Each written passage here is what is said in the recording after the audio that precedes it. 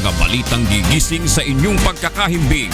Pupukaw sa inyong pananaw sa mga isyu ng lipunan sa araw-araw. Ito ang UNTV Hataw Balita.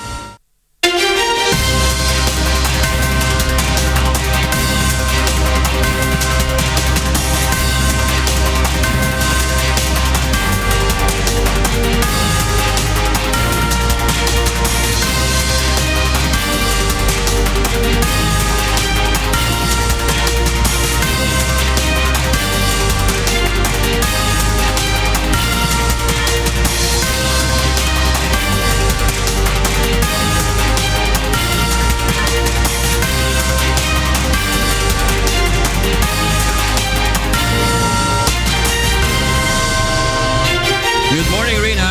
Good morning, Oo, June. nakakapanibag. Wala si Monica ngayong umaga na to. Nagbakasyon muna siya. Oo. Panandalian lang naman. Pero babalik din siya agad, At diba? inaabangan talaga yung gagawin mo daw na sports, magic mo. Marami rin tayong balita sa sports ngayon. Sino ba yung mababan? Sino yung mga bansang Ibig sabihin, makakasama? nakaantabay ngayon ng Russia kung talagang hindi sila matutuloy sa Rio Oo, Olympics. at saka meron pa ang Kazakhstan at saka ang Belarus. Kasama din pala sila dun sa mga tinitingnan, hindi lang yung Russia. Pero panibagong umaga, panibagong pagpapasalamat na dapat nating magawa dahil sa bawat umagang magigising po tayo, ito'y pagpapala sa atin ng Panginoon. Magandang umaga po sa inyo lahat. Alas 4:49 na po ng umaga, araw po ng Huwebes, 21 sa buwan ng Hulyo 2016. Sa ngalan po ni Kuya Daniel Razon, ako po si Jun Suriao. Ako naman si Rina Villamor. Narito na mga humahataw na balita ngayong umaga. Record high trust rating nakuha ni Pangulong Duterte sa unang linggo ng kanyang panunungkulan ayon sa bagong Pulse Asia Survey. Sandigan Bayan hindi pa rin makapaglabas ng release order para sa paglaya ni dating Pangulong Gloria Arroyo. Mga taga-suporta ni CGMA nagtipon sa labas ng gate ng BMMC. Umano'y kakulangan ng ebidensya sa plunder case laban kay CGMA, iapila ng Ombudsman. Motion for reconsideration planong ihain sa Korte Suprema. Seguridad sa Zamboanga City hinigpitan para sa inaasahang pagdating ni Pangulong Duterte ngayong araw. Pangulo posibleng dumiretso sa Basilan at Sulu upang makipagpulong kay Nur Miswari. Pagtatatag ng Philippine Sports Institute, pinag-aaralan na ni Pangulong Duterte. Mga sasakyan ang nakakalabag sa batas trapiko i-impound sa Department of Transportation sa Tarlac simula sa susunod na linggo. Una sa ating mga balita ngayong umaga, nakakuha ng record high trust rating si Pangulong Rodrigo Duterte sa unang linggo ng kanyang panunungkulan batay sa bagong Pulse Asia Survey. Narito ang hatod na balita ni Nel Maribuhok. 9 sa 10 Pilipino ang nagpahayag ng malaking tiwala kay Pangulong Rodrigo Duterte at iba pang matataas na opisyal ng pamahalaan. Sa latest survey ng Pulse Asia na isinagawa noong July 2 hanggang 8 sa 1,200 respondents, nakakuha si Pangulong Duterte ng 91%, pangalawa si Vice President Leni Robredo na may 62% at pangatlo si Supreme Court Chief Justice Maria Lourdes Sereno na may 35%. Mataas ang nakuha trust rating ni Pangulong Duterte sa Mindanao at National Capital Regions. Samantalang si VP Robredo naman ay sa Visayas Region nakakuha ng high rating. Ilang issue naman ang nais ng mamamayan na maaksyonan ng Administrasyon Duterte sa unang 6 na buwan. Sa usaping pang-ekonomiya, nangunguna na rito ang pagkontrol sa pagtaas ng presyo ng mga pangunahing bilihin. Pangalawa ang pagpapaunlad ng ekonomiya tungo sa pagkakaroon ng maraming trabaho at paglikha ng mga programa na mga tutulong na direkta sa mga mahihirap. Sa usapin naman ng peace and order, nais ng maraming Pilipino na mabawasan ang kriminalidad sa buong bansa. Gayon din ang pagkakaroon ng pagkakaisa sa bansa, partikular na sa usapin sa politika. Nagpasalamat naman ng Malacanang sa malaking tiwalang ibinigay ng taong bayan kay Pangulong Duterte. Ayon kay Presidential Communications Secretary Martin Andanar, nagpapatunay lamang ito na nararamdaman na ng marami ang tunay na pagbabago sa bansa. Ang tiwala na ito ng taong bayan ay magsisilbi namang inspirasyon sa Administrasyong Duterte na ipagpatuloy ang mga reforma para sa ikabubuti ng buhay ng mga Pilipino. Isinagawa ang survey sa kalagitnaan ng mga usapin sa bansa tulad ng pagkakatalaga kay VP Robredo sa Housing and Urban Development Coordinating Council o HUDC, ang pagsasampa ng kaso laban kay dating Pangulong Benigno Aquino III kaugnay ng mga issue sa Disbursement Acceleration Program o DAP at January 25 Mama Sapano encounter. Gayon din ang mga naiuulat na drug-related killings sa iba't ibang panig ng bansa at paghahayag ni Pangulong Duterte sa 5 retirado at aktibo pang general ng Philippine National Police na umano'y sangkot sa illegal drugs operations sa bansa. Nel Maribuhok, UNTV News and Rescue, Malacanang. Hindi pa rin makapaglabas ng release order ang Sandigan Bayan para sa paglaya ni Congresswoman Gloria Arroyo sa kabila ng utos ng Korte Suprema. Alamin natin ang dahilan mula sa hataw na balita ni Rosalie Cos. Hindi pa rin makalalabas si Pampanga Congresswoman Gloria Macapagal Arroyo sa pagkakadetine sa Veterans Memorial Medical Center o VMMC dahil hindi pa nailalabas ang kopya ng desisyon at release order ng Supreme Court. Alas 5 kahapon nang magsara ang docket section ng Sandigan Bayan, ngunit walang dumating na resolusyon mula sa Korte Suprema. Ayon sa abogado ng dating presidente na si Attorney Lawrence Arroyo na nasa Korte Suprema kahapon, ipapadala via process server o courier ang resolution sa Sandigan Bayan. Kailangan ng Sandigan Bayan at pulisya ang kopya ng desisyon upang tuluyan ng makalaya ang dating Pangulo. Samantala, nagsabit na ng banner sa gate ng VMMC ang mga taga-suporta ng dating Pangulo para sa inaasahang paglabas nito. Nais ng mga ito na salubungin at ipagdiwang ang tuluyang paglaya ng mambabatas. Kaya kami po andito ngayon para saksihan ang aming inaantay na paglaya ng ating dating Pangulo. At buong pusong pumunta po rito sa mga makita ng aming pamasahe. Ayon sa abogado ni Congresswoman Gloria Arroyo, mula sa VMMC, inaasahang tutuloy si CGMA sa kanyang tirahan sa La Vista Subdivision, Quezon City sa oras na ipatupad ang release order nito. July 2012 nang maisampa ang kasong plunder laban kay Arroyo, ilang opisyal ng Philippine Charity Sweepstakes Office o PCSO at Commission on Audit. Nag-ugat ang ito sa umano'y pagkamal nila Arroyo mula sa Intelligence Fund ng PCSO mula 2008 hanggang 2010 nang presidente pa siya ng bansa. Rosalie Cos, UNTV News and Rescue. Pinaplano na ng Ombudsman ang paghahain ng motion for reconsideration kaugnay ng pagdismiss ng Korte Suprema sa plunder case laban kay dating Pangulong Arroyo. Narito ang hatong na balita ni Aiko Miguel. We are independent. We do not take orders from the President. We don't take signals from the President. We do our duty in accordance with what is expected of us. Wala kaming sinusundan na guideline. It is unfair to charge us to be lapdogs of the present administration. Ito ang pahayag ng Office of the Ombudsman sa gitna ng iba't ibang usapin ukol sa kaso ni dating Pangulong Gloria Arroyo kaugnay ng PCSO fan scam na idinismiss kahapon ng Korte Suprema. Pinabulaanan rin ni Morales na kulang ang ebidensya ng prosekusyon upang makonvict si Arroyo. After the prosecution was able to prove, according to us, the guilt of GMA beyond reasonable doubt, the burden of evidence should have shifted to her and she should have presented evidence to controvert our evidence. Unfortunately, the Supreme Court thought that our evidence was insufficient. Contrary to what the media says, that lack of evidence. Natural umano na makaramdam ng pagkadismaya ang prosekusyon ngunit handa silang maghain ng motion for reconsideration oras na makuha nila ang kopya ng desisyon ng Korte Suprema. If and when we should receive it and we believe that a motion for reconsideration is warranted, we will certainly file one. If any doubts linger in the minds of the magistrates, we are ready to present our evidence via PowerPoint presentation and via representation of documentary exhibits. Naninindigan din si Ombudsman Morales na napatunayan nilang guilty beyond reasonable doubt si Arroyo base sa mga ebidensyang nakalap nila. We would say otherwise. We believe that we were able to prove the guilt of GMA beyond reasonable doubt.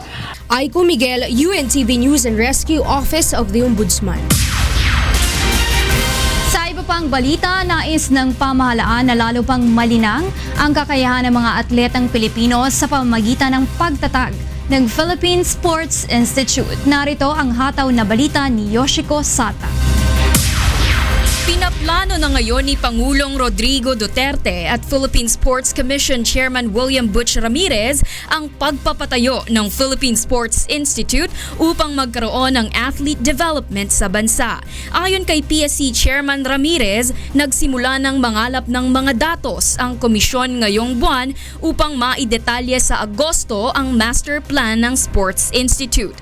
Ipinahayag ni Ramirez ang kahalagahan ng nasabing institusyon sa pagsulong ng sports sa bansa.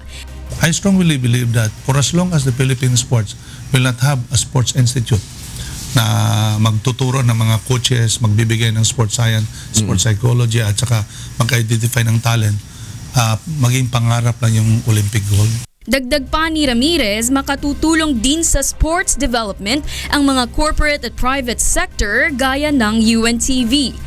I'm trying to engage into seeking partnership and help sa mga private sector. Katulad niyo po kayo sa inyo, Kuya Daniel. Your television could greatly help sa communication, education. Hindi naman lahat sa pera eh. It can be in terms of goods, no? Ang aking nakita with the board na we should collaborate, we should partner for us to succeed. Hindi pwedeng kami-kami lang. Ayon pa kay Ramirez, kapag nagkaroon na ng Sports Institute, plano nila ni Pangulong Duterte na magkaroon ng executive order upang magtuloy-tuloy ang operasyon nito kahit wala na sila sa posisyon. Yoshiko Sata, UNTV News and Rescue, Quezon City. Pangangasiwaan ng Philippine National Police Special Action Force o PNP South ang seguridad sa New Bilibid Prison. Ito ang tugon ng bagong pamunuan ng PNP upang masolusyonan ang problema sa ilegal na droga sa loob mismo ng kulungan. Narito ang hataw na balita ni Jericho Albano. On duty na ang mahigit sa 300 na unang batch ng Philippine National Police Special Action Force na magbabantay sa New Bilibid Prison. Unti-unti ang gagawing pagpalit ng SAF troopers sa may 900 gwardya sa NBP sa kahilingan na rin ni DOJ Secretary Vitaliano Aguirre. Nagpahayag naman ng tiwala si PNP Chief Ronald De La Rosa sa kakayahan ng SAF troopers na bantayan ng mga inmates sa Bilibid. Alam niyo bakit andito kayo? Because kayo ang pinakamagaling na pulis sa buong Pilipinas. Ang atin lang namang hangarin dyan is mahinto ang pagpasok ng mga kontraband sa loob ng piitan. Mahinto yung komunikasyon nila to the outside world kung saan namamayagpag yung kanilang pag-order ng droga doon sa ibang bansa. Hindi po sila makukurap. They are the most incorruptible policemen in the whole Philippines. Kasabay din ng seremonya, nagsagawa ang ilang tauhan ng SAF ng Oplan Galugad sa Building 14. Sinakay muna sa 2 bus ang 53 high-profile inmates kabilang sina Herbert Colanco, Peter Co at JB Sebastian, saka isinagawa ang paggalugad. Nakumpiska sa mga ito ang pera, ilang kahon ng sigarilyo, appliances gaya ng TV at electric fan, signal booster at mga patalim. Samantala, hindi naman natinag si Secretary Aguirre sa nadiskubreng planong pagpapapatay sa kanya ng mga high-profile drug lords sa Bilibid. Kasundo sila, yung mayamang mga drug lords dyan, na mag-pull ng 100 billion pesos para daw i-corrupt ang Secretary of Justice.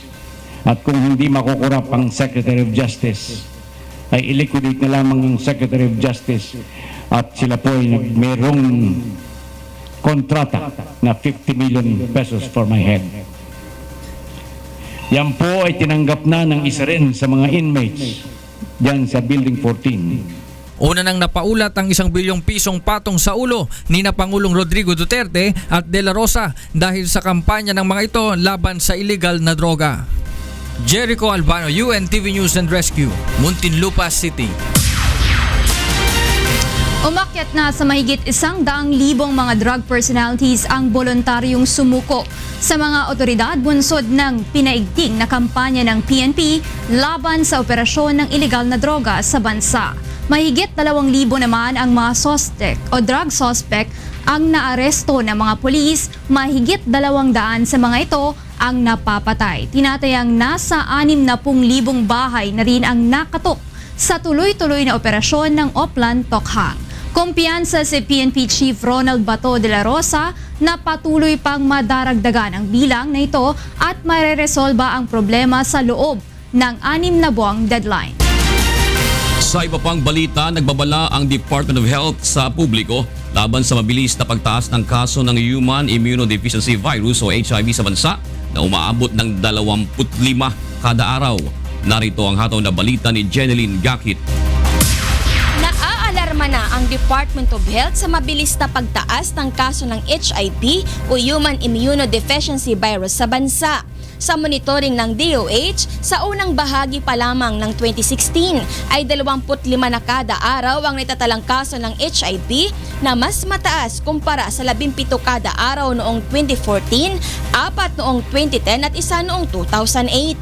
Sa Eastern Visayas, 26 na ang naitalang kaso ng HIV/AIDS at 5 rito ang nasawi. Isa sa nakikitang solusyon ng DOH ay ang pagpapaigting ng programa sa paggamit ng contraceptives at palalahanan ng ating mga kababayan na mag-ingat at maging responsable.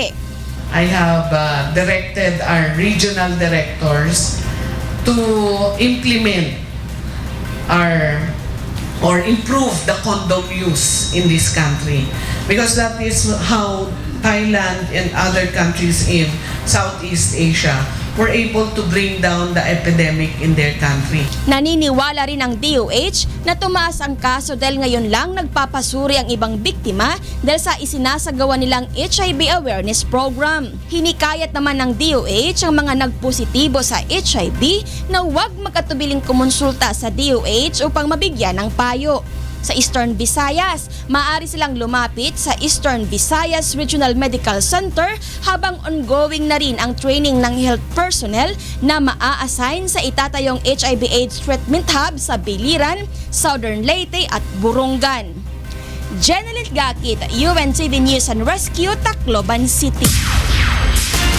Patay naman sa isinagawang buy-bust operation ng number 1 most wanted drug personality sa Valenzuela City matapos itong manlaban sa mga pulis kaninang madaling araw. Narito ang hataw na balita ni Mackie Libradilla live. Yes, Mackie?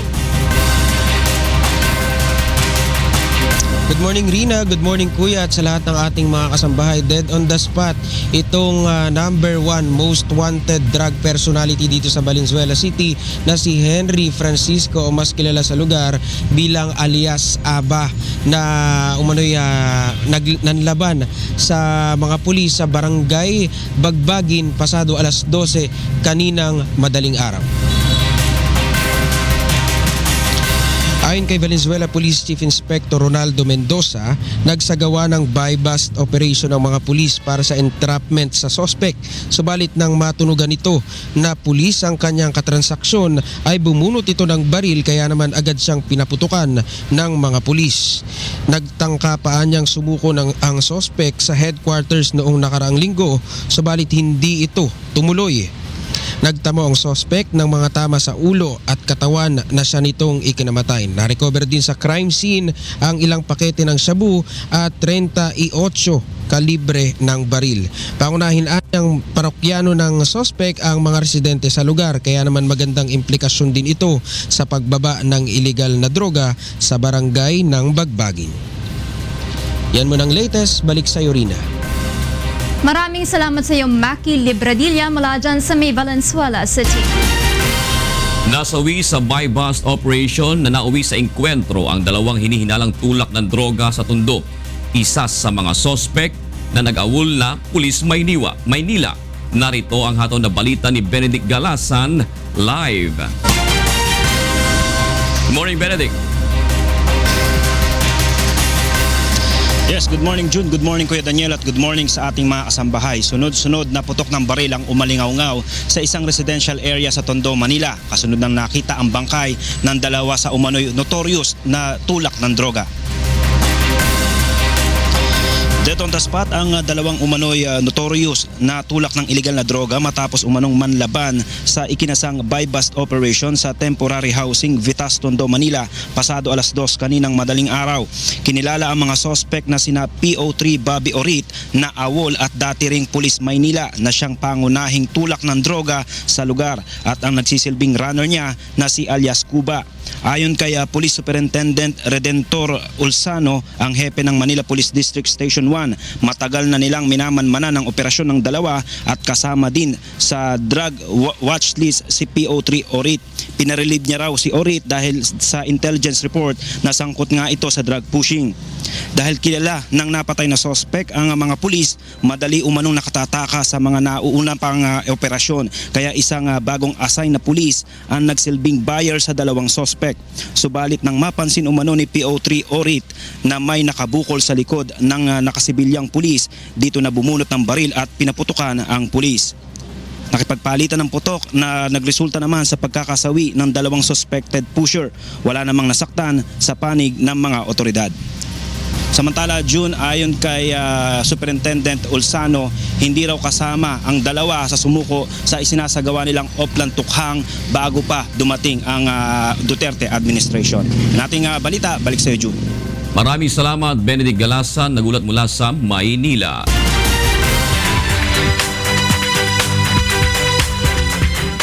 Opisyal na inanunsyo ni House Speaker Paul Ryan sa Republican National Convention sa Cleveland, Ohio si business mogul Donald Trump bilang Republican presidential candidate. Sa acceptance speech ni Trump, inihayag nito ang kanyang mga plataforma kung papalaring manalo sa general elections sa darating na Nobyembre. Accordingly, the chair announces that Donald J. Trump, having received a majority of these votes entitled to be cast at the convention, has been selected as the Republican Party nominee for President of the United States. Opisyal na inanunsyo ni House Speaker Paul Ryan sa ginanap na Republican National Convention.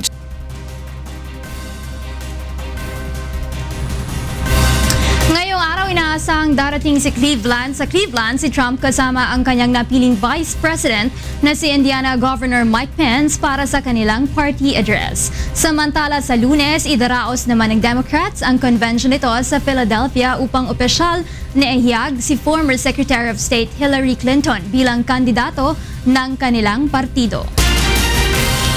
5 ang nasawi na mag-crash sa tulay sa Shanghai ang isang amphibian plane. Galing sa isang isla sa eastern province ng Zhejiang, ang eroplano na may 10 pasahero. Isa sa 5 survivor ang malubhang nasugatan habang ang 4 na iba ay nagtamo naman ng minor injuries. Ang eroplano ang unang amphibian plane na pinayagang magsakay ng mga pasahero sa East China. Inaasahan na ng ating mga kababayang stranded sa Saudi Arabia ang pag-asang dala ng pagdating ni Secretary Silvestre Bello III doon. Narito ang hataw na balita ni Maybel Razon. Sama-samang pinanood ng mga stranded na OFW ang panayam ni Kuya Daniel Razon kay Labor Secretary Silvestre Bello III sa hataw balita ng programang Good Morning Kuya kamakailan. Katungkulan ko po yan na bigyan proteksyon at pag-aalaga yung ating mga migrant workers. Kaya sisitayin ko yung aming mga labor attaches, mga welfare officers dyan sa lugar na yan kung bakit hindi pinapaalam sa kalihim ng Department of Labor itong sitwasyon na ito. Sila ay mga kasama sa Muhammad Al-Mujil Group na nakakaranas ng di makatwirang pagtrato sa kanila ng kumpanya.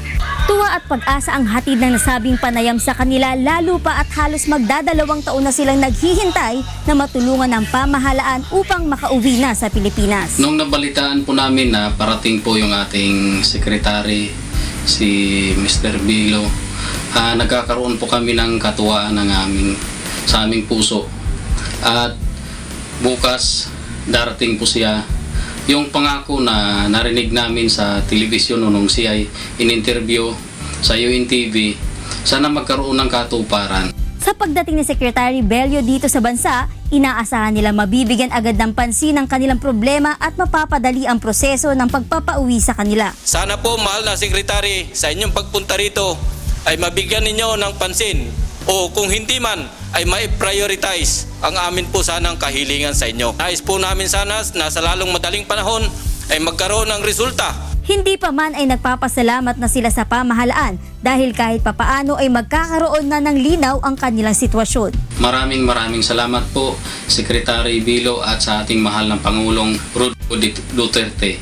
Maraming salamat po muli sa inyong pagtugon sa aming hinaing. Naapi po kami dito sa Damam. Samantala, ayon sa mensaheng ipinadala ni Charcey de Fer Eric Arriba sa UNTV News, inaasahang mananatili ng 2 araw dito sa Saudi Arabia si Secretary Bello, kasama ang iba pang delegado ng pamahalaan upang masuring mabuti ang kalagayan ng ating mga kababayang stranded at distressed OFWs dito. Maybel Razon, UNTV News and Rescue, Damam, Saudi Arabia. Para sa mga karagdagang balita, bumisita lamang sa aming website na www.untvweb.com. Samantala, ito na mga dapat abangan sa susunod na paghataw ng mga balita. 2 estudyanteng nabangga ng kotse sa Tarlac, tinulungan ng UNTV News and Rescue. Seguridad sa Zamboanga City hinigpitan para sa inaasahang pagdating ni Pangulong Duterte ngayong araw. Pangulo, posibleng dumiretso sa Basilan at Sulu upang makipagpulong kay Nur Meswari. U.S. Secretary of State John Kerry nakatakdang makipagpulong kay Pangulong Duterte sa susunod na linggo. Mga sasakyan ng nakakalabag sa batas trapiko i-impound ng Department of Transportation sa Tarlac simula sa susunod na linggo. Isang Chinese national nahulihan ng nasa 6 na milyong halaga ng hinihinalang shabu sa Mactan, Cebu International Airport. At 2 patay dahil sa filariasis. 11 bayan sa Antique apektado ng sakit ayon sa DOH. Tinulungan ng UNTV News and Rescue ang 2 estudyante na nabangga ng isang kotse sa Tarlac City. Narito ang hot-on na balita ni Brian Lacanlale. Nanginginig pa sa takot ang 2 estudyanteng ito nang datnan ng UNTV News and Rescue Team sa gilid ng kalsada sa Barangay San Miguel, Tarlac City kahapon ng hapon. Kwento ng 2, patawid sila sa kalsada nang mabangga ng isang Toyota Innova. Hindi nila nakita ang paparating na sasakyan na nasa shoulder lane dahil natatakpan ang isang bus sa inner lane. Nagulat na lang sila nang biglang sumulpot ang Innova at banggain sila. Nagtamo ng gasgas sa iba't ibang bahagi ng katawan ng isa sa mga biktima na si Maria Ferly Adrin, 12 taong gulang. Habang gasgas sa siko at bukol sa ulo naman ang iniinda ni Cherry Ann Cabingyan, 14 na taong gulang. Pagkatapos lapatan ng paunang lunas ng UNTV News and Rescue Team ang mga biktima, ay agad na silang dinala sa Holy Trinity Hospital para sa karagdagang atensyong medikal. Nangako naman ang driver ng nakabangga sa 2 na sasagutin ang lahat ng gastusin sa hospital. Brian Lacanlale, UNTV News and Rescue, Tarlac City. Nasa heightened alert ngayon ang Western Mindanao Command sa Zamboanga City dahil sa inaasahang pagdating ni Pangulong Rodrigo Duterte at ilan sa membro ng kanyang gabinete mamaya. Narito ang hot-on na balita ni Dante Amento. Bago magtanghali ngayong araw ay inaasahang darating sa Edwin Andrews Air Base sa Zamboanga City si Pangulong Rodrigo Duterte. Layunin ng pagbisita ng Pangulo na kausapin ang mga tropa ng pamahalaan kasama ang kalihim ng Department of National Defense, AFP Chief of Staff at iba pang miyembro ng kanyang gabinete. Ayon sa Armed Forces of the Philippines, Western Mindanao Command, mahigpit na seguridad ang kanilang ipatutupad lalo't nahaharap ang Pangulo sa mga banta dahil sa mahigpit na kampanya kontra krimen at iligal na droga. Kilala ring kuta ng Abu Sayyaf ang kalapit na probinsya ng Basilan, Sulu at Tawi-Tawi. Pinaparaan i-secure siya. By all means. Mula sa Zamboanga City ay posibleng dumiretso ang Pangulo sa kampo ng 104th Brigade ng AFP sa Tabiawan, Isabela, Basilan para naman kausapin ang mga nakadistino roong mga sundalo. Agad din naman siyang babalik sa Zamboanga para sa command conference at bisitahin ang mga sugatang sundalo sa ospital ng AFP Westmencom Headquarters. Kung tutuloy man siya, wala sa itinerary namin yon, walang usapin na ganon. So kung tutuloy yon is because he decided to go there, just in case. Pero sa amin, wala tayong ganong nababag. Hindi naman tiyak ng AFP kung pupunta pa sa Sulu ang Pangulo dahil hindi ito kasama sa hawak nilang itinerary. Sakaling magdesisyon itong makipagkita kay Moro National Liberation Front Founding Chairman Normi Suari, ay handa naman ang kanilang tauhan para sa ipatutupad na seguridad. Dante Amento, UNTV News and Rescue, Zamboanga City. Bibisita sa bansa si United States Secretary of State John Kerry sa susunod na linggo. Makikipagpulong ito kay Pangulong Rodrigo Duterte at Department of Foreign Affairs Secretary Perfecto Yasay Jr. Layo ng pagbisita ni Secretary Kerry na palakasin ang ugnayan ng Estados Unidos sa bagong administrasyon. Bago magtungo sa Pilipinas, unang bibisitahin ni Kerry ang Laos upang dumalo sa ASEAN Regional Forum, ASEAN-US Ministerial Meeting at iba pa. Inaasahang tatalakayin sa ASEAN meetings ang transitional issues sa rehiyon kabilang na ang maritime security. Narito ang pahayag ni US Department of State Deputy Spokesperson Mark Toner. Secretary Kerry will visit Manila, the Philippines, from July 26th, 27th, where he will meet with President Rodrigo Duterte, as well as Secretary of Foreign Affairs Perfecto Yasay, to discuss the full range of our cooperation with the new Filipino administration. Nais pahirapan ng Department of Transportation ang mga lumalabag sa batas trapiko sa pamamagitan ng pag-impound sa mga sasakyan sa Tarlac City. Narito ang hataw na balita ni Monokson. Simula sa susunod na linggo, isang 1 hectare na lupa sa Tarlac na pagmamay-ari ng Land Transportation Office ang gagamitin bilang impounding area sa mga sasakyan. Inconveniencing daw sa mga nahuhuli. Ma'am, yung mga nahuhuli, nag-i-inconvenience sa ibang tao eh. Bakit naman may konsiderasyon na inconvenience sa mga nakakasala? Alagaan naman yung sasakyan nila ron. Isang nais ni DOTR Secretary Art Tugade na maayos agad ang impounding area sa loob ng 7 araw. Plano rin ng DOTR na taasan pa ang penalty, lalo na at mangangailangan ng malaking gastos sa pagdadala ng mga sasakyan sa Tarlac City. So, alam mo, pagdisiplina, kailangan paminsan-minsan may kurot. Ang disiplina, paminsan-minsan may konting upak na ganyan, yung bang nakakaramdam ng sakit para dumiretso. Magbibigay naman ng kaunting pataan ng DOTR. Kung nais isettle agad ng nakalabag ang multa ay pwede na ito agad bayaran upang hindi na madala sa Tarlac ang kanyang sasakyan. Nilinaw ng DOTR na hindi pa ito epektibo sa mga mahuhuli ng MMDA. Subalit, kasalukuyan na silang nakikipag-usap sa MMDA upang maipatupad na rin ito. Sa ngayon, tambak na ang mga na-impound na sasakyan sa LTO. Karamihan dito, hindi na tinubos ng mga may-ari. Pwede rin, maganda rin po yun. Para matuto yung mga alam mo kolorum ka, bakit ba naman hindi mo gawa ng paraan ano? Bakit? Pwede rin, para madala nga sila eh. Pwede rin yun. Kasi sa dami nga ng kolorum na ngayon, di ba? Isa lamang ito sa mga hakbang na ginagawa ng Department of Transportation upang maresolba ang problema sa traffic sa Metro Manila. Mon Hokson, UNTV News and Rescue, Quezon City. Sa iba pang balita, isang Chinese national ang nahulihan ng tinatayang nasa 6 na milyong pisong halaga ng hinihinalang shabu sa Mactan, Cebu International Airport. Narito ang hataw na balita ni Gladys Tuabi.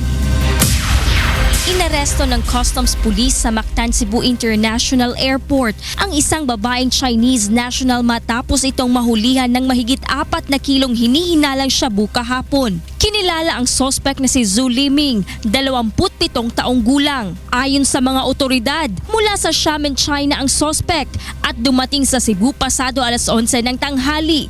Nasakay ng Cathay Pacific Airways Flight CX921 mula sa Hong Kong. Nang idaan sa x-ray machine ang dala nitong maleta, napansin ng operator ang ilang pakete sa loob ng bag nito. Isinailalim sa physical examination ng customs personnel ang maleta ng suspect at dito nakita ang isang plywood na nagsisilbing compartment kung saan nakatago ang mga pakete ng hinihinalang shabu. Nasa 4.5 kilos ng nakumpiskang illegal drugs sa suspect na ayon sa Philippine Drug Enforcement Agency ay tinatayang nagkakahalaga ng 6.2 million pesos. Ayon sa suspect, hindi sa kanya ang maleta at ipinadala lamang ng kanyang pinsan. Sa ngayon ay nasa kustodiya pa ng Aviation Security Unit 7 ang suspect upang sumailalim sa investigasyon. Makikipag-ugnayan din ang otoridad sa Chinese Embassy upang ipaalam ang pangyayari. Well, it's only proof siguro that the customs personnel in Mactan, Cebu are doing its job. We are watching every passenger that would come and visit the city. We welcome them, but we don't welcome those who might think of bringing in goods like this. Gladys Tuwabi, UNTV News and Rescue, Cebu. Personal na dumulog kahapon sa tanggapan ni Philippine National Police Chief Ronald Bato de la Rosa ang isang 34 anyos na negosyante matapos umanong mabiktima ng hulidap. Sa salaysay ng biktima, June 15, 2016, pasado alas 6 ng gabi nang dumating sa kanilang bahay ang 3 lalaking nagpakilalang taga-Philippine Drug Enforcement Agency o PDEA. Kinapkapan niya siya ng mga lalaki at kinuha ang 58,000 pesos sa kanyang bulsa at 6,000 pesos naman sa kanyang asawa. Laking gulat rin daw ng biktima na may makuha daw ang mga pulis sa bag ng kanyang misis ng ilang pakete ng umano'y shabu. Nang makuha ang pera at ang sinasabing shabu, agad siyang pinosasan ng mga ito, isinakay sa itim na Kia van, saka ito dinala sa station ng Northern Police District sa Caloocan City. Narito ang pahayag ni PNP Chief Ronald Bato de la Rosa. So my immediate action taken was to order the District Director of Northern Police District kasi identified yung isang opisyal na kasama sa grupo, disarmahan ko yung opisyal na yon at saka ipapa-restrict in camp, restricted in camp. Sa ibang balita, 2 na ang patay habang nasa 11 bayan ng Antique ang apektado ng sakit na filariasis na nakukuha mula sa kagat ng lamok na tinatawag na Aedes oscillus. Narito ang hataw na balita ni Lane Moreno. Nababahala ang Department of Health sa dumaraming kaso ng lymphatic filariasis sa Antique.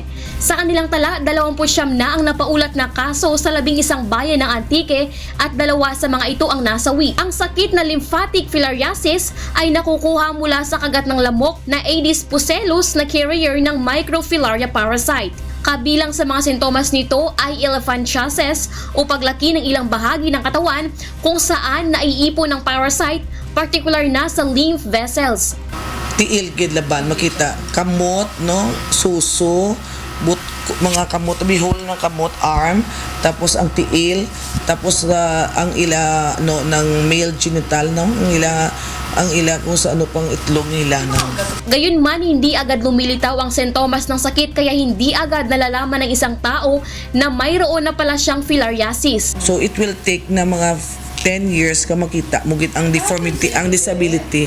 That's why daw iban mambal sila, wala na sa amon cases. Kung nakakaramdam naman ng panghihina, pananakit ng kamay, paa, ulo at suso, payo ng mga eksperto na magpa-complete blood cell count o CBC upang malaman kung may microfilarial infection. Uminom din ng diethyl carbamazine citrate na libreng makukuha sa health centers. Wala pang gamot ang lymphatic filariasis, ngunit gumagawa na ang DOH ng Mass Drug Administration sa Antique, lalo na sa mga kabataan. Target din ng DOH na gawing filariasis-free ang Antique pagsapit ng taong 2020. Lalaine Moreno, UNTV News and Rescue, Iloilo. Inilunsad ng Department of Health sa Eastern Visayas ang Disaster Health Emergency Advocacy na layong maihanda ang komunidad sa pagdating ng mga sakuna. Narito ang hataw na balita ni Jeneline Gakit. Isang Eastern Visayas sa mga lugar sa bansa na lantad sa banta ng kalamidad. Noong 2013, ito ang pangunahing naapektuhan ng manalasang Super Typhoon Yolanda na ikinasawi ng daang-daang individual at ikinasira ng maraming ari-arian. Na-isolate din ang maraming lugar dahil sa mga napinsalang kalsada kaya hindi agad nabigyan ng tulong. Upang maiwasan ang katulad na pangyayari, inilunsad ng Department of Health ang 5K Kadre o Kaligtasang Pangkalusugan sa Kalamidad sa kamay ng komunidad. Bahagi ito ng kanilang Disaster Health Emergency Advocacy at Management Bureau Vision 2017 to 2022. This is actually the start of the rollout that we are going to do to train more cadres to make our communities ready and resilient to calamities and disasters. So with the rich experience and things that have done here in Region 8, this is the best place to start. Sa ilalim ng programa, magkakaroon ng kadre o health leaders ang bawat komunidad na siyang magtuturo sa mga residente na maging handa sa kalamidad at huwag lamang umasa sa magagawa ng pamalaan. 8 milyong piso ang nilaang pondo ng DOH para sa seri ng disaster preparedness trainings at seminars ng mga ahensyang pangunahing tumutugon sa mga sakuna. We are changing our paradigm from disaster response or readiness being a responsibility of the government. Now we are realizing that the prepared community health or preparedness in the hands of the people is the better strategy. Umaasa ang DOH na makikisa ang publiko sa advokasiyang ito at matututo sa mga nagdaang kalamidad. Jeneline Gakit, UNTV News and Rescue, Tacloban City.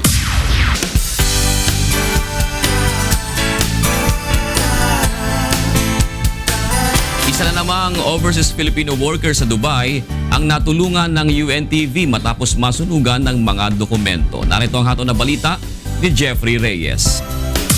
Umabot sa mahigit 30 palapag na 75-story residential skyscraper na Sulapa Tower ang napinsala ng sunog kahapon dito sa Dubai. Ayon sa mga otoridad, nagsimula ang sunog sa 30-feet floor ng gusali na agad kumalat sa iba pang palapag dahil sa lakas ng hangin. Agad namang rumisponde ang mga emergency personnel upang ilikas ang mga residente. Ayon sa Dubai Civil Defense, wala namang naitalang casualty o injury sa nangyari. Subalit isang kababayan natin ang nakatira at nagtatrabaho bilang stay-out babysitter sa 64th floor ang humingi ng tulong sa UNTV News dahil kasamang nasunog ang kanyang mga dokumento. Agad nating itinawag kay Consul General Paul Raymond Cortez ang problema ni Jemery Areno at pinayuhan siyang pumunta sa konsulado upang mag-renew ng passport ng libre. Samantala, patuloy na nakikipag-ugnayan ng konsulado sa Dubai authorities kung may iba pang Pilipinong naapektuhan sa pangyayari. Ang Sulapa Tower ay isang 75-story skyscraper na may total structural height na 235 meters. Ito'y itinuturing na ika-23 sa pinakamataas na gusali sa Dubai at 127th tallest building sa buong mundo. Jeffrey Reyes, UNTV News and Rescue, Dubai.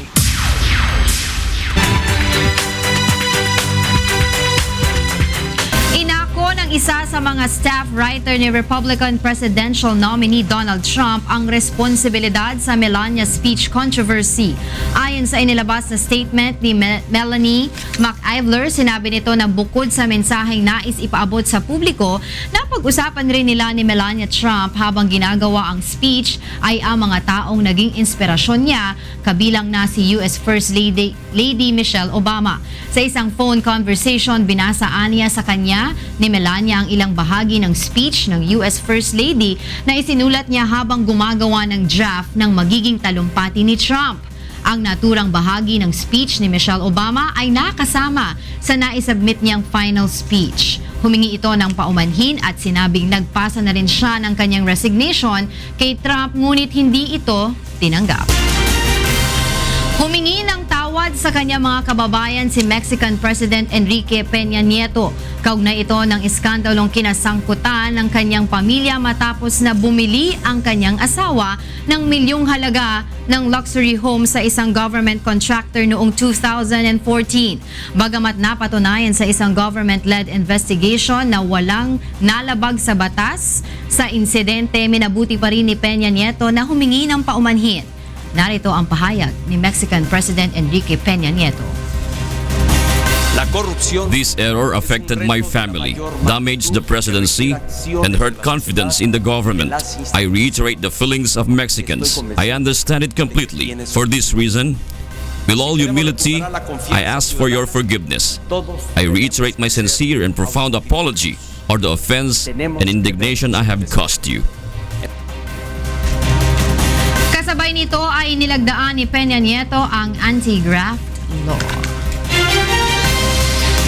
Maisingit ko lang, parang lahat humihingi ng paumanhin ngayon. Una, maganda na yung ganun. May pagkukulang ka, para si Tugade, di ba? Oh, yun nga. Kahit hindi niya yun na pagkukulang o nakaraan, yung sinabi niya, wala akong sisisihin, wala akong babalikan sa nakaraan. And resolve the problem. Inaako ko ang responsibilidad at nangangako hindi na mauulit to. Yun ang maganda doon, di ba? Exactly. So, maganda yung mga balitang narinig. Sorry ka na ba, Diego? Magsasorry. Para sa mga karagdagang balita, bumisita lamang sa aming website na untvweb.com. Samantala, narito na ang mga dapat niyong abangan sa ikatlong paghataw ng mga balita. Anti-political dynasty provision ng Sangguniang Kabataan Reform Law mahigpit na ipatutupad sa SK at barangay elections sa Oktubre.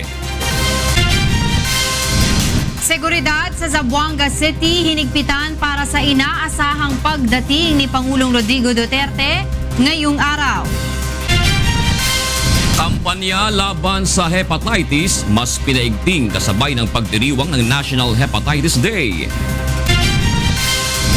At Russia posibleng maban sa Olympic at Paralympic Games. Tiniyak ng Commission on Elections o COMELEC ang mahigpit na pagpapatupad ng anti-political dynasty provision ng Sangguniang Kabataan Reform Law sa nalalapit na SK at barangay polls. Narito ang hataw na balita ni Victor Cozare. Batay sa Sangguniang Kabataan o SK Reform Law, maaaring kumandidato sa SK polls sa Oktubre ang mga kabataang may edad 18 hanggang 24 na taong gulang, may isang taon ng residente sa barangay kung saan siya kumakandidato at hindi convicted sa isang krimen. Sa October 3 hanggang October 5, itinakda ang pagsusumite ng Certificate of Candidacy para sa October 31 barangay and Sangguniang Kabataan elections. Ayon sa Commission on Elections, mahigpit na ipatutupad sa nalalapit na halalan ang anti-political dynasty provision ng SK Reform Law. Batay sa Section 10 ng Republic Act 10742, hindi maaaring kumandidato sa SK polls ang kamag-anak ng isang elected national o local official hanggang sa second degree of consanguinity or affinity. Kunyari, yung lolo at yung lolo niya ay konsehal, yung apo hindi pwedeng tumakbo bilang SK. So siyempre yung anak hindi rin pwede, magkapatid hindi rin pwede. Doon sa Certificate of Candidacy may ilalagay doon na kung ikaw ay tatakbo, kailangan mong i-represent or i-warrant na wala kang kamag-anak up to the second degree of consanguinity. Samantalang nakapagtala ng mababang turnout ang COMELEC sa unang 3 araw ng pagtanggap ng mga magpaparehistro. Kaya naman nananawagan ang COMELEC sa publiko na huwag nang hintayin ang huling araw bago magparehistro. Tatagal ang registration period hanggang sa July 30. Pero sana wag nang hintayin yung last minute. So kung pwedeng tumungo na para magparehistro. Kaya lang, gusto nating klaruhin. Hindi na kailangang magparehistro ang mga nakaboto nitong nakaraang May 9 elections. Subalit ang mga deactivated voter at ang mga hindi nakapagpakuha ng biometrics record ay dapat dumaan sa reactivation o registration process. Victor Cosare, UNTV News and Rescue, Manila. Hinigpitan ang seguridad sa Zamboanga City para sa inaasahang pagdating ni Pangulong Rodrigo Duterte ngayong araw. Layo ng Pangulo na kausapin ang mga key military official upang alamin ang kasalukuyang sitwasyon sa isinasagawang offensive military operations laban sa Abu Sayyaf Group sa Basilan. Mula sa Zamboanga City ay posibleng dumiretso ang Pangulo sa kampo ng 104th Brigade ng AFP sa Tabyawan, Isabela, Basilan para naman kausapin ang mga nakadestinong o destinong sundalo. Agad din naman siyang babalik sa Zamboanga para sa command conference at bibisitahin ang mga sugatang sundalo sa ospital ng AFP West Mincom Headquarters. Pakinggan natin ang tinig ni AFP Western Mindanao Command Spokesperson Major Felimontan Jr. Kung tutuloy man siya, wala sa itinerary namin yon, walang usapin na ganon. So kung tutuloy yon is because he decided to go there, just in case. Pero sa amin, wala tayong ganong nabasa. Silipin po natin ang sitwasyon ng trapiko sa mga oras na ito mula kay Monokson gamit ang UNTV drone. Nagsisilbing mata sa himpapawid, pinalilipad ng ating mga ka-app licensed pilot live. Mon, good morning. Magandang umaga, June, at good morning kuya at kay Angela. Silipin natin ang sitwasyon ng traffic lalo na po sa mga papasok ngayong umaga sa kanilang mga trabaho. Unahin muna natin ang ilang ating mga live points. Unahin natin ang nasa south para sa mga bibiyahe pa north. Tignan po natin ang sitwasyon ng traffic sa may EDSA TAP. Para po sa mga taga-Pasay at dyan sa may area ng south, ito pong Heritage going to EDSA by heavy traffic na po. Tayo po syempre dapat maghanda po tayo lalo na kung kayo ay papasok po dyan sa may area ng Makati area, agahan po natin na alas dahil usually pag gantong oras ito pong Heritage going po sa may TAP, sa may EDSA TAP ay heavy traffic. Samantala yung EDSA TAP naman going to Baclaran Heritage ay moderate traffic na po sa oras na ito. Punta naman tayo, pa-south pa rin dyan sa may area ng EDSA Guadalupe. Kung kayo'y galing na po ng Pasay, yung mga going po dyan sa may area ng Buendia muna, light traffic naman po at walang magiging problema. Habang ito pong Bonnie Crossing ay light to moderate traffic po tayo sa oras na ito dyan po sa lugar ng EDSA Guadalupe. Tingnan naman po natin ang drone shot natin mula po rito sa may area ng EDSA Quezon Avenue. As of this time, ito pong area going po ng Cubao, walang magiging problema. Itong service road ng EDSA Quezon Avenue may delay dahil po sa palitan ng stop and go. At yung kabilang side naman po na nanggagaling po ng Cubao papunta naman ng North Avenue ay light traffic din at walang magiging problema. Diyan naman sa area ng North sa may UE Samson Road, yung pong Sangandaan going to Monumento, wala po magiging problema, magaan na magaan po. Green and go ang daloy po ng sasakyan. Habang ito namang Monumento going to Sangandaan ay ganun din. Light traffic po. Punta naman tayo ng Shaw Boulevard sa may Mandaluyong. Yan sa kaloob-looban ng Mandaluyong sa may Shaw. Ito pong area ng EDSA Crossing going to Calentong. Light traffic po tayo. Habang ito pong Calentong naman going to EDSA Crossing. Lalo po yung mga nanggagaling po dyan sa may area ng Mandaluyong. Kung kayo papunta ng EDSA Crossing, wala rin maging problema sa oras na ito. Light traffic, pero yung area po papunta niyan malapit po dyan sa may area ng EDSA mismo, no, ay medyo mabagal po ang daloy ng mga sasakyan. Silipin naman natin ang mga pupunta po ng Maynila. Mula po sa Espanya, mula po dyan sa may Quezon Avenue pala, going to Espanya, moderate traffic na po, lalo na itong mga estudyante po na papasok po dyan sa may area ng University Belt. Moderate traffic na po. At ito naman papunta ng Banawe, mula po sa may Quezon Ave ay light traffic po sa oras na ito. Sa mga nasa Maynila naman, Quiapo area, yung Quiapo to Loton, moderate traffic po sa oras na ito. Habang yun naman po nanggagaling po ng Loton, papunta naman ng Moraita ay medyo mabagal na rin. Moderate traffic po dyan sa may area ng Quiapo. Paalala po sa ating mga kababayan, araw ng Huwebes, lahat po ng mga sasakyan na ang plate number nagtatapos sa 7 at 8. Bawal po sa lahat ng mga lansangan sa Metro Manila, pero may exemption po. Meron tayong window hours alas 10 ng umaga hanggang alas 3 ng hapon. Pero ingat po dahil ang Makati at Las Piñas, wala pong window hours. Yan po ang ating traffic update. Balik sa Ju. Maraming salamat, Monokson. Nagulat mula dyan sa EDSA Quezon Avenue. Ipinaigting pa ng mga doktor ang kampanya laban sa sakit na hepatitis kasabay ng pagdiriwang ng National Hepatitis Day. Narito ang hataw na balita ni Wyla Sorian.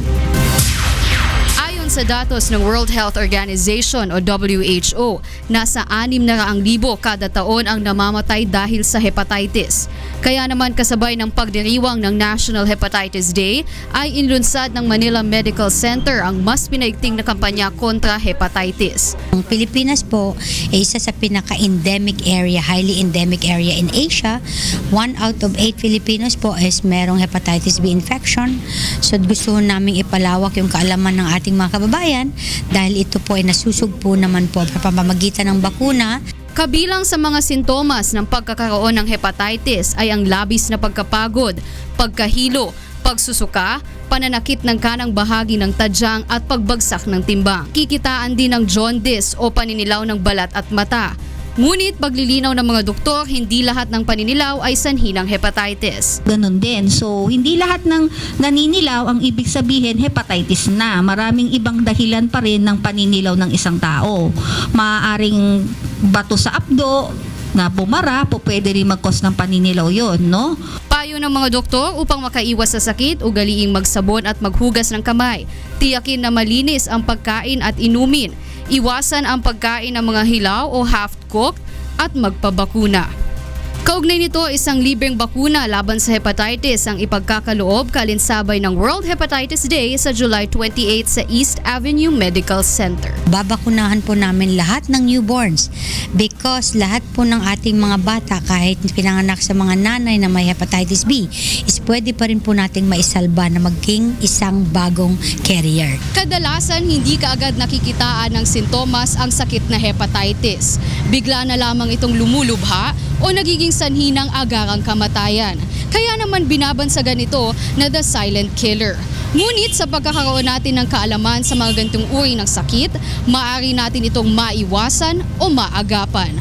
Wyla Soriano, UNTV News and Rescue, Manila. Alamin po natin ang lagay ng panahon mula kay Ray Pelayo na nasa UNTV Weather Center.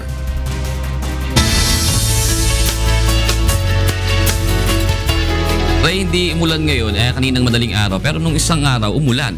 Ano ba talaga ang nahihelo na ako nito, Ray? Yes, mga isolated thunderstorms naman yan, Jun, at yan ay usual na pag ganitong tag-ulan talaga. Pero kung talagang susumahin natin, Jun, medyo wala tayong masyadong weather system ngayon na nakaka-apekto sa ating bansa, Jun.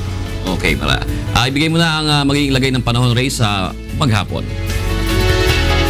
Narito po ang magilagay ng panahon sa mga susunod na oras. Kung tinatawag pa rin natin na ridge ng high pressure area, nakaka-apekto po sa may area ng Luzon.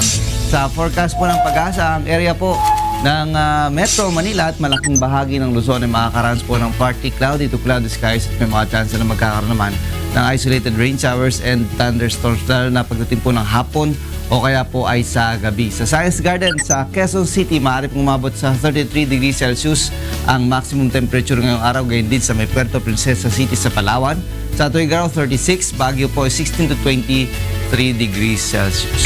Ang area naman po ng Visayas, makakaranas din po dyan ng bahagyang maulap hanggang sa maulap na paporin at pagkakaroon ng mga pagulat, pagkidlat at pagkulog, lalo na po yung Panay at Negros Island. Iloilo City, maaari pa rin pong umabot ng 33 degrees Celsius ang maximum temperature, gayon din sa may area ng Metro Cebu, and dito sa may Tacloban City hanggang 31 degrees Celsius. Ang area naman po ng Mindanao, makakaranas din po dyan ng medyo magandang lagay ng panahon, pero yung pong mga pagulan, pagkidlat at pagkulog, mas malaki po ang chance dyan sa may area po ng Northern Mindanao.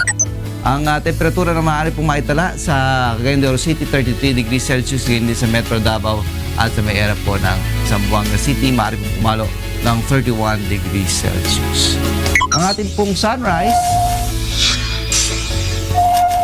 5:36 a.m. at ang pong sunset, 6:28 p.m. Yan ang ating ulat panahon. Umulan man po umaraw, huwag natin kalilimutang pasalamatan ang Diyos na naman. Balik po sa inyo. Mukhang nagbabalak pumunta sa Baguio doon si Angela. Hindi. Initan daw eh. Oo, ang init niya kahapon. Dito malamig. Pero may mga pag-ulan ng mga bandang hapon. Oo. Pero sobrang init talaga niya. Yes, dahil unang-una yung ang ridge ng high pressure area, ang kasing pinaka-effect nito sa atin talaga medyo maalinsangan. Plus wala pang masyadong ulap yung daytime, pero yung hapon makulimlim tayo kaya hindi masyado nakaka-release yung ating yung alimaom. Ray, sa Zamboanga City, nakita ko 31 degrees Celsius yung magiging temperature dyan for the Punta whole ka day rin ng today. Zamboanga? No, kasi naalala ko sa ating balita, si President Rodrigo Duterte Ay, oo. pupunta dyan today. So, hindi niya kailangan magdala ng jacket. Tsaka cowboy naman yun Bili mo nakamaong tapos di ba? Hindi siya Simple lang, mapapasa sa ulan kasi mainit, di ba? Okay, Ray. Thank you very much, Ray, sa iyong ulat panahon.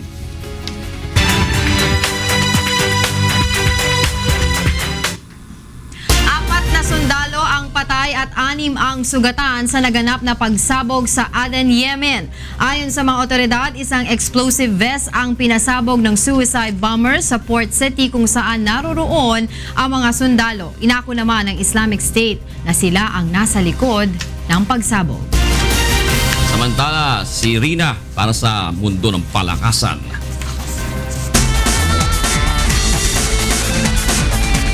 Rina. Kuya Jun, alam mo ba kung bakit medyo mainit-init ngayon ng Russia? Dahil sabi nga nila posible silang maban dito sa ating Olympics nga, no? Dahil nasa number 4 pala sila dun sa ating world rankings, no? Kaya pala sila ay medyo mainit-init. Ang una kasi sa ating world rankings ngayon ay ang bansang USA, sinusundan ng China, Great Britain, tapos pang-4 ng Russia at pang-5 ang South Korea. 204 countries pala ang sumasabak dito sa Olympics natin. Pero wala tayo dun sa top 85 kasi 85 countries lamang daw yung sa Olympics at least may nakukuha silang 1 medal. Pero tayo, for the last 10 years, wala na tayong nauuwing medalya from the Olympics. Talaga tayo sa medal. Pero pag yung sinasabi mong mainit-init pa itong Russia, ibig sabihin ba ay buhay pa? Pwede kasing magde-decide sila today. Kaya nga itong bansang Russia posibleng maban sa pagsali ng Olympic at Paralympic Games. Ito ay matapos mapatunayan ng World Anti-Doping Agency o WADA ang talamak na paggamit ng mga ipinagbabawal na gamot sa pamamagitan ng pagkuha ng sample ng ihis sa mga Russian athletes simula pa noong 2011. Sa resultang inilabas ni Attorney Richard McLaren, ang abogado ng WADA, 580 atleta ang nagpositibo sa 30 iba't ibang sports noong nakaraang 2012 London Olympics at 2014 Sochi Winter Games. Isa ring whistleblower at dating director ng Moscow Laboratory na si Grigory Rodchenkov ang naglantad sa pag-inom ng The Duchess, isang uri ng steroid cocktail na hindi umano na-detect sa katawan ng isang atleta. Magkakaroon ngayon ng phone conference ang presidente ng International Olympic Committee na si Thomas Bach para ilatag sa All Russia Athletic Federation o ARAF ang pinal na desisyon sa issue. Dating world number 1 Tiger Woods hindi muna maglalaro sa PGA Championships. Ayon sa kanyang agent na si Mark Steinberg, nagpapagaling pa ang atleta mula sa kanyang back surgery. Ito ang unang pagkakataon sa golfing career ni Woods na hindi siya makakalaro sa 4 na major championships ngayong taon, ngunit tinitingnan ang posibilidad kung makakabalik ito sa paglalaro sa susunod na season sa darating na Oktubre. Papalitan muna siya ni Harold Varner III sa PGA Championships na magsisimula na sa July 28 sa Baltusrol Golf Club sa New Jersey. At table tennis champ Ian Lariba, siya ang napiling flag bearer ng Pilipinas sa opening ceremony ng Rio Olympics na gagawin sa Maracana Stadium.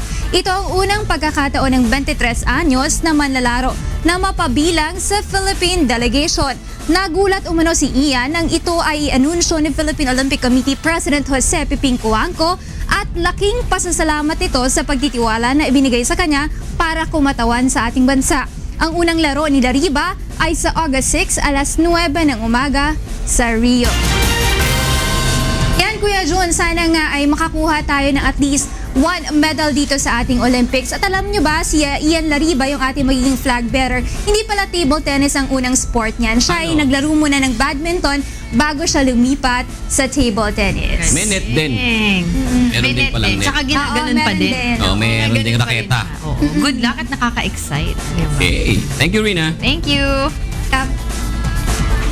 Para sa iba pang humahataw na balita, bumisita lamang sa aming website. Yan po ang untvweb.com. Yan po ang mga hataw na balita ngayong araw po ng Webes, July 21, 2016. Sa ngalan po ni Kuya Daniel Razon, ako po si Jus Real.